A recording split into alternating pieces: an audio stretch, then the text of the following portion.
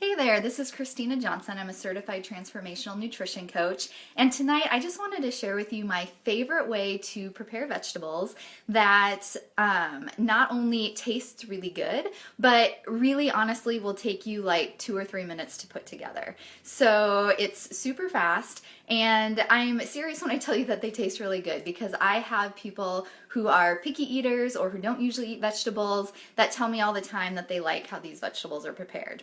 So I'm excited to share this with you because I know that one of the biggest obstacles that people often tell me when it comes to eating healthy is that at the end of the day they just are tired, they don't feel like cooking, and they want something that's quick and convenient and easy. And so this is a perfect option to go to as a side dish for any meal. I also will give you one other bonus tip at the end of another side dish that you can make at the same time as the vegetables that will also take you about 1 minute to prepare and will taste great as well.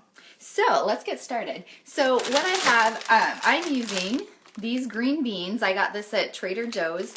And this recipe would work with any type of vegetable. I prefer fresh vegetables. I think the taste is better. They have more nutrients in them. So I would highly recommend trying to go fresh. These I love because they've already been washed. They've already been trimmed. So the ends have been trimmed off the green beans. So they're just ready to go. You could also get green beans, fresh ones, usually in bulk bins. I know Walmart and Baker's usually has these in the bulk bins. I think Whole Foods will have, fresh ones like this in little bags. So, anything like that'll work. So all you have to do is, sorry, it's kind of noisy. I like using Pyrex pans, and so I'll dump green beans into there. I use about half the bag since it's for my husband and I. We go through a lot of vegetables. And then I like to put ghee on it. So ghee is basically like clarified butter. So it takes butter and it kind of heats it up and lets the milk solids cook off of it. And so for people who can't tolerate dairy very well, sometimes they can tolerate ghee better. Not always, but sometimes. And it's got lots of great nutrients in it. So I really like using ghee.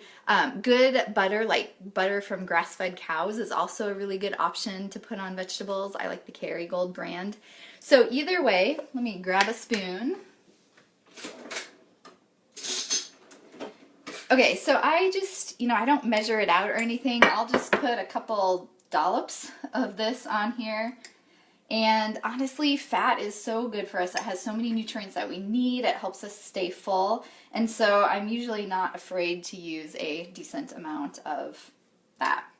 Okay, so I put my ghee on there. And then I like to use garlic powder or garlic salt. Either one works the same. And just sprinkle it on there. I'm fairly generous with it. Probably a little too generous there. So I have my garlic salt on it. You can add any other seasonings that you enjoy. And then I like to use sea salt. So I have this Celtic sea salt. It's got a lot of good nutrients and minerals in it. So I'll just take some of that and sprinkle that on there as well. And that's it. It's ready to go. So for the vegetables, I personally like to cook them at about 425 degrees because usually I'm impatient and I want them to get done fast. But not only that, but they get a little bit browned, which I like, almost caramelized. And so I cook them at 425. You could do it anywhere between 375 and 425. And these vegetables will probably take 25 minutes or so. You can stir them once or twice. And there you have it. That's all you have to do. Another option, if you want another side dish to go along with your vegetables, is just to bake a sweet potato.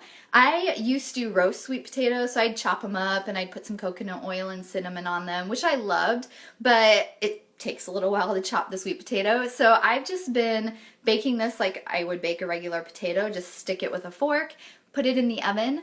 One thing I would recommend is that because of like the sugar content in the sweet potato, it tends to have some brown syrup that kind of oozes out of it. So I would recommend baking it on a piece of parchment paper just so it's easier to clean your pan.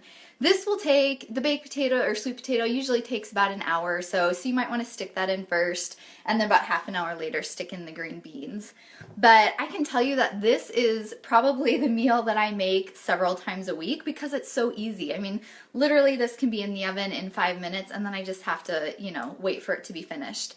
And then usually we'll serve this up with some piece of meat. So we might grill some hamburgers. Maybe I'll bake a piece of salmon or some chicken thighs, or really whatever other meat that I have on hand that sounds good. And so you have the meat that can often be baked at the same time as the vegetables, and you're ready to go. So it's a pretty easy, simple way to make a meal that won't take you a lot of time, that's really healthy and will make you feel good and feel full all night long.